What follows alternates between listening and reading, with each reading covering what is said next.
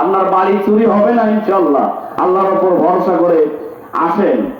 আজকে এমন একটা দোয়ার কথা আমি শুরুতেই ইঙ্গিত দিয়ে ইশারা দিয়ে আলোচনা শুরু করতে যাচ্ছি, সেটি হলো আজকে কেন মৃত্যু পর্যন্ত আপনার বাড়ির একটা সুতাও চুরি হবে না। একটা দোয়া যদি আপনি প্রত্যেক রাতে পড়তে পারেন, এটা আমি আমার কথা বলবো না, আমাদের নবীজি স্বয়ং এই আমলটা শিক্ষা দিয়েছেন যে শুধু একটা দোয়া, এই দোয়া পড়ে যদি আমরা ঘুমাতে পারি, গরু কেন, ছাগল কেন, মোটর সাইকেল কেন, আপনার বাড়ির একটা খেয়াল পর্যন্ত, একটা সুতা পর্যন্ত চুরি হবে না। একজন ফেরেশতা সারা রাত আপনার বাড়ি পাহারা দেবে, বলি সুবহানাল্লাহ। সেই দোয়াটা কি শুনবেন?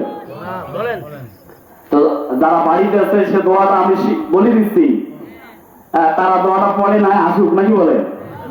তারপরে আসুক, গ্যারান্টি ভাই, আল্লাহর উপর ভরসা করে সহি হাদিসে। আমার বন্ধুগণ, পর্দার আড়ালের মা এবং বোনেরা, সেই আমলটার কথা আগে বলে দিয়েই আমি মাহফিলটা, আমার বক্তব্য মূল কথার দিকে চলে যাই। নবীজির জামানায় হযরত আবু হুরায়রা রাদিয়াল্লাহু তাআলা আনহু এই বাইতুল মালে, রাষ্ট্রীয় যেগুলো সম্পদ যে ঘরে থাকে, আল্লাহর নবীজি রাষ্ট্রপ্রধান আর আবু হুরায়রা হলো কোষাধ্যক্ষ। তার মানে ওই বাইতুল মাল যতগুলো সরকারি সম্পদ রয়েছে, এগুলো তিনি রাত্রিবেলা পাহারা দিবেন, ঘুমাইতে পারবে না। আবু হুরায়রা রাদিয়াল্লাহু আনহু পাহারা দিচ্ছেন। তার ভাগ দিয়ে একটু যখন তন্দ্রাচ্ছন্ন হয়ে গেলেন, একজন চোর এসে সেই ইসলামী রাষ্ট্রের সম্পদগুলোতে হাত দিল চুরি করার জন্য। আবু হুরায়রা রাদিয়াল্লাহু তাআলা টের পেয়ে সঙ্গে সঙ্গে চোরের হাতটা ধরে ফেললেন।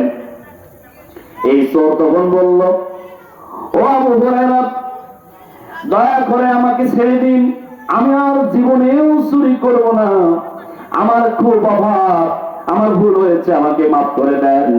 সাহাবী মানুষ, মনটা বড় নরম, তিনি তাকে ছেড়ে দিলেন। তারপরে ফজরের আযান হয়ে গেল। আবু হুরায়রা রাদিয়াল্লাহু তাআলা নামাজ পড়ার জন্য গেলেন মসজিদে। আল্লাহর নবীজি, ঘটনা ঘটলো কোথায়? আর আল্লাহর নবীজি আবু হুরায়রাকে বলতেছেন, আবু হুরায়রা, কি খবর, গত রাতে কি ঘটনা ঘটলো? চোর এসেছিল, যে হুজুর চোর ধরা পড়ছিল, আমি তাকে ছেড়ে দিয়েছি, সে আমার কাছে কাকুতি মিনতি করেছে। আল্লাহর নবীজি বললেন, আবু হুরায়রা, ওই চোর মিথ্যা কথা বলেছে, আবার কালকে রাত্রে চুরি করতে আসবে। কত বড় পাওয়ারফুল নবীজি! ঘটনা ঘটে কোথায় আর নবীজি জানে কোথায়? এই সংবাদ জানায় কে? গায়েবের সংবাদ আল্লাহর নবী নিজের ইচ্ছা জানে না, আল্লাহ যেগুলো জানায় আল্লাহর নবী সেগুলো জানে। আমার ভাইয়েরা, আবু হুরায়রা রাদিয়াল্লাহু তাআলা অবাক হয়ে গেলেন, কি ব্যাপার, ঘটনা ঘটলো কোথায়? নবীজি আপনি জানলেন কেমন করে? যে সে প্রশ্ন করে, দেখো আবার সে আজকে রাতে আসবে।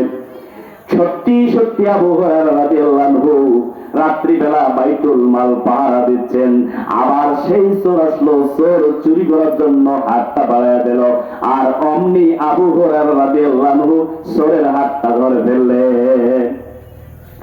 এবার চোর বলে, আবু হুরায়রা, আজকে আমার ভুল হয়েছে, আসলে আমাকে ছেড়ে দাও, কালকেও আমার ভুল হয়েছিল, আমি খুব গরিব মানুষ, আমার অভাব অনাটন অনেক বেশি, পরিবারের লোকেরা না খেয়ে রয়েছে, ও হুজুর আমাকে আজকের জন্য শেষবারের মতো মাফ করে দেন, ছেড়ে দেন।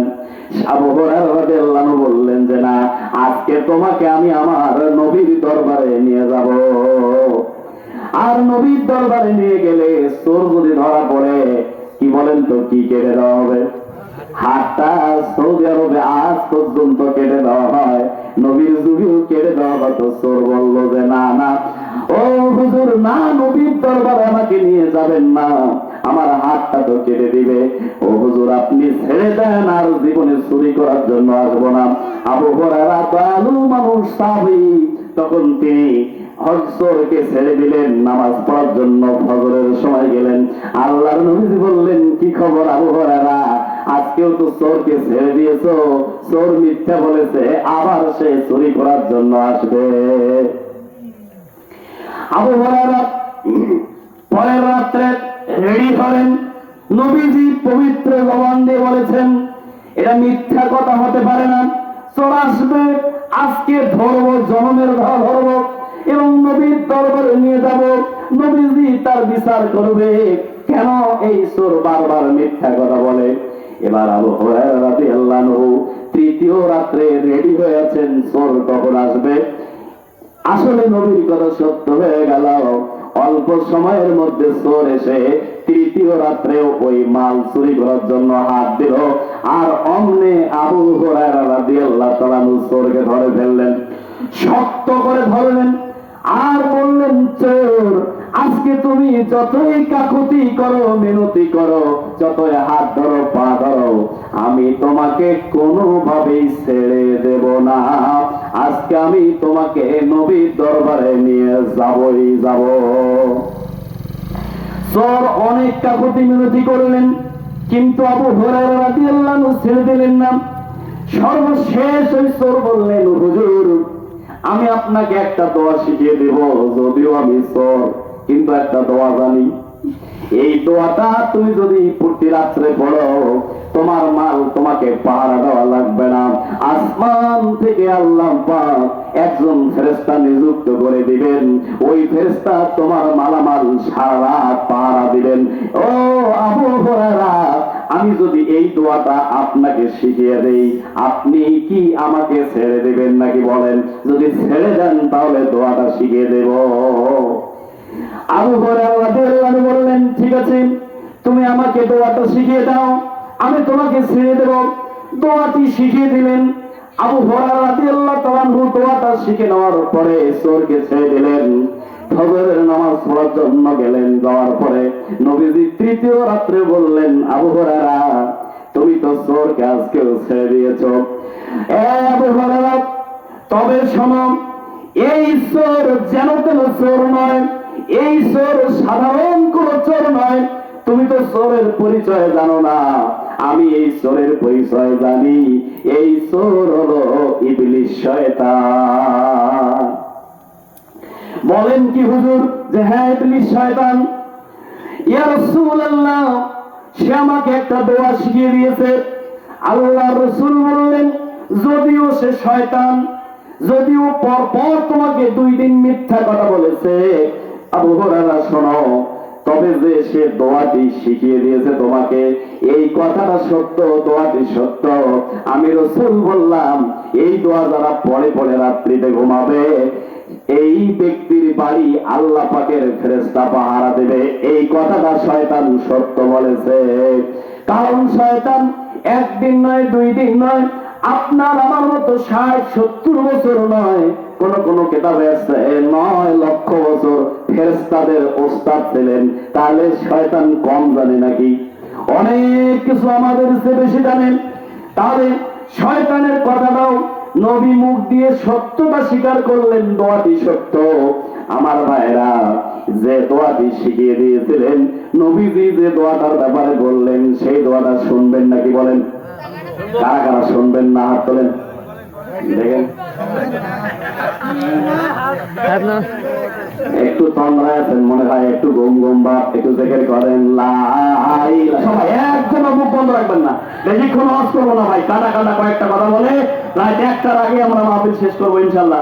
12টা পার হলেই আমাদের আমরা শেষের দিকে গুছিয়ে নেব ইনশাল্লাহ। লা ইলাহা ইল্লাল্লাহ, লা ইলাহা ইল্লাল্লাহ, লা ইলাহা ইল্লাল্লাহ, মুহাম্মাদুর রাসূলুল্লাহ সাল্লাল্লাহু আলাইহি ওয়াসাল্লাম।